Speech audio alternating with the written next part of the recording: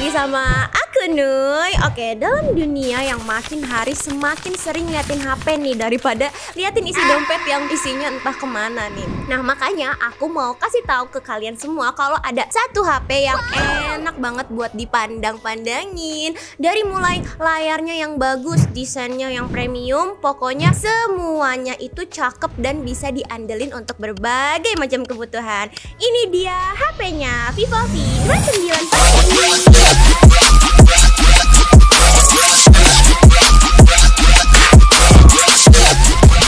Oke, buat yang belum tahu nih, Vivo V29 ini andalan baru dari series V dari Vivo. Soalnya smartphone yang ada di kelas mid range ini punya tongkrongan yang premium abis. Udah gitu tipis dan ringan banget. Vivo V29 gak ngandelin desainnya aja nih, ada beberapa hal yang menarik lainnya yang ada di sini. Kayak apa ya? Yuk langsung aja kita cekidot. Untuk profil Vivo V29 ini udah rilis resmi di Indonesia dan udah ada di pasaran. Untuk harga resminya di 5.999.000. Ya, RAM 8GB dan juga storage 256GB. Untuk penampilannya nih ya, yang emang sebagus itu warnanya. Red velvet cuy. Aku sih ini lihatnya bener-bener fresh banget ya. Dan Vivo pakai color changing flow red AG Class yang kasih kesan stylish dan halus pas dipegang nih. Ya sebenarnya ada dua opsi warna lainnya kayak peak blue dan juga noble black. Tapi buat aku si red velvet ini udah bagus, pakai banget. Nah kalau dipegang sih ini nyaman banget ya. Udah gitu ringan banget dan tipis. Beratnya cuma di 186 gram aja. Dipegang juga nggak gampang kotor. Kena sidik jari kita, kena air gimana? Tenang aja, aman kok. Soalnya ada sertifikasi IP54 yang bisa tahan sama debu dan percikan air. Kehujanan aman lah ini mah. Dan untuk modul kameranya ada yang menarik nih. Ini ada ring lightnya guys. Vivo bilang ya ini sih aura light portraitnya tuh. Keren banget gak sih ini? Dan ini bisa diatur juga cahayanya loh tuh kan. Jadinya kalau gelap kita bisa pakai nih lampu ring flashnya untuk dapetin foto yang lebih maksimal. Untuk speakernya sayang banget guys, ini masih pakai single speaker alias mono, belum dual speaker. Tapi suara yang dihasilin masih kerasa kenceng kok. Bagi aku ya udah cukup lah ini di kelasnya. Lanjut kita lihat layarnya yang justru ada upgrade yang gak terduga nih. Vivo V29 ini layarnya udah pakai panel AMOLED yang memiliki resolusi lebih tinggi di 1.5K atau 1260 x 2800 pixel. Artinya layarnya ini lebih tajam dari kebanyakan smartphone saat ini. Nah terus masih pakai desain 3D curve screen yang melengkung di bagian depan dan belakangnya. Serasa megang HP flagship ya. Nah untuk spek lainnya layarnya ini sih udah puas banget buat nonton konten, film, sampai ngegame sekalipun soalnya warnanya emang akurat banget. Udah didukung HDR10+, touch sampling rate 1000Hz. Jadinya responsif banget kan, kecerahan maksimum di 1300 nits, aman buat lihat HP di tengah hari bolong. Dan refresh rate-nya 120Hz bikin gerakan layarnya jadi mulus. Menurut aku sih ini untuk desain dan layarnya ini sekelas flagship. Dan build quality-nya juga solid, mantap banget. Lanjut ke kameranya yang kita tahu dari seri sebelumnya Vivo V27 ini emang hasilin foto yang keren banget. Nah di Vivo V29 ini sepertinya akan bagus juga untuk sektor kameranya ya. Soalnya kalau dilihat secara spek sih ini nggak banyak upgrade-nya ya. Untuk kamera belakang masih ada 3 unit kamera, yaitu kamera utama 50MP dan all IS, 8MP ultrawide dan 2MP monochrome. Bagian depannya ada kamera depan 50MP dengan autofocus. Kalau mau detail lagi, kamera utama ini pakai sensor dari Samsung GN5 yang biasanya ada di Samsung S23 dan S23 Plus, makanya ini jadi salah satu keunggulan utamanya. Tapi yang menariknya di sini ada fitur Aura Light Portrait with Smart Lighting Control. Jadi di bagian belakang kamera ini paling bawah ini ada LED flash berbentuk cincin yang bisa nerangin berbagai sudut dengan pencahayaan 360 derajat. Nah Aura Light ini lebih besar dari yang ada di V27 dan disebut brightness-nya ini meningkat di 36%. Aura Light ini bisa diatur color temperaturnya sesuai dengan kondisi atau skenario pengambilan foto ataupun video yang kamu mau ambil. Nah ini bisa juga untuk video, kita bisa atur secara manual dari 1800 nit Kelvin sampai 4500 Kelvin, atau bisa juga menggunakan fitur auto yang tersedia. Jadi benar-benar bisa disesuaikan dengan yang dibutuhkan, tapi nggak bisa dipakai lama-lama karena ada otomatis mati kalau suhu HP-nya mulai naik nih. Ya udah kalau gitu ini hasil foto dan videonya.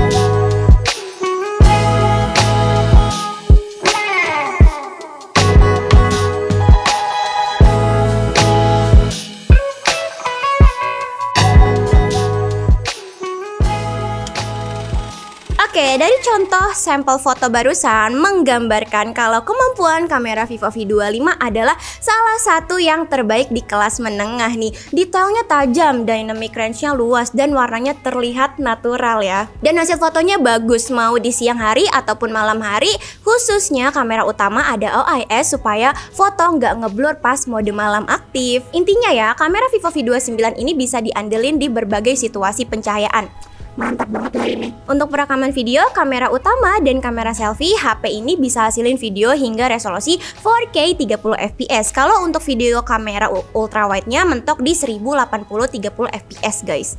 Nah, untuk fitur penstabilan elektronik AIS aktif di semua kamera, jadinya bikin hasil video lebih stabil kalau diaktifin. Tapi resolusinya turun hanya di 1080 30 fps. Ya udah nih, ini untuk hasil videonya. Nah, ini 4K.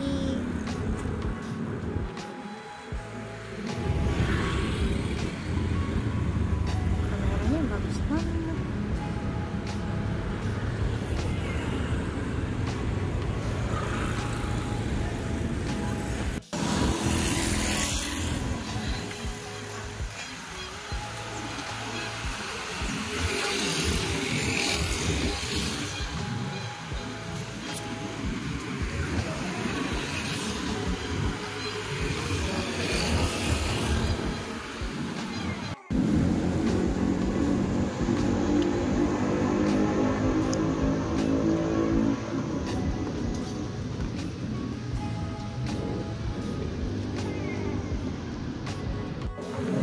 Nah, kalau ini pakai 4K, bagus juga.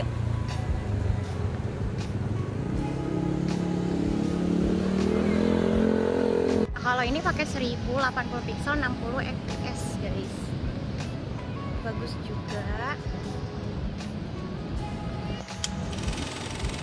Aku sih lebih suka hasil kameranya ya, hasil kamera fotonya dibanding videonya. Karena kualitas videonya masih hampir sama dengan HP-HP lainnya di kelasnya. Cuma keunggulannya ada di aura light-nya aja yang bikin beda pas ngambil video di cahaya yang minim. Kalau untuk performanya, Vivo V29 5G ditenagai SoC Phenomenal Snapdragon 778G dari Qualcomm. HP ini jadi HP kedua Vivo setelah Vivo T1 Pro yang memakai SoC tersebut. Snapdragon 778G Phenomenal karena terkenal akan performanya yang cukup kencang, stabil, dan juga adem. Gak heran kan kalau hampir semua produsen HP yang beredar di Indonesia punya HP dengan SoC kelas menengah. Nah, Snapdragon 778G merupakan SoC 8 inti CPU-nya dengan fabrikasi 6 nanometer guys. Untuk RAM-nya yang pakai 8GB yang bisa ditambah sampai 8GB juga, dan udah pakai LPDDR4X. Untuk storage-nya di 256GB dengan UFS 2.2 dan gak ada slot micro SD-nya nih di HP ini. Kalau dilihat dari skor Antutunya sih cuma dapat sekitar 600 ribuan ya. Ya tergolong lumayan untuk sekelas HP mid-range lah. Aku mainin game sekelas Genshin Impact cuma bisa dapetin setting grafik di grafik rendah aja guys. Kalau untuk main game lain masih bisa dapetin di settingan game medium sampai menengah. Oke, untuk multitasking aku rasa lancar kok, gak ada kendala. Nah, kalau untuk suhu panas sih untungnya ada sistem pendingin Ultra Faber Chamber Bionic Cooling System yang bisa ngerendam hawa panas nih. Emang ya performa Vivo V25 ini kelas banget guys. Nah, untuk baterainya yang berkapasitas di 4600 mAh sih menurut aku ini standar ya. Dan ini juga bikin body HP tetap slim sih menurut aku. Nah, untuk fitur fast chargingnya Vivo V29 ini mendukung 80 watt fast charge yang bisa ngecharge 50% dalam waktu 18 menit aja. Dan bagusnya lagi ada 24 dimension security protection untuk keamanan pas kita lagi charging. Nah, untuk OS-nya Vivo V29 ini pakai FunTouch OS 13 dengan basis Android 13. Vivo sih menjanjikan update Android dan security sampai 2 tahun guys. Tapi ya sayangnya masih aja ada bloatware yang gak penting. Nah, untuk fiturnya masih ada NFC, USB OTG, Wi-Fi 5, Bluetooth 5, dan yang pasti udah mendukung jaringan 5G nih guys. Jadi ini future proof banget ya Vivo V29 ini. Untuk kesimpulannya aku sih kalau kalian cari HP dengan desain cakep, body cantik, kamera bagus, HP ini bisa banget nih jadi pilihan. Tapi kalau lagi cari HP mid-range dengan performa kencang, mending sih cari yang lain aja.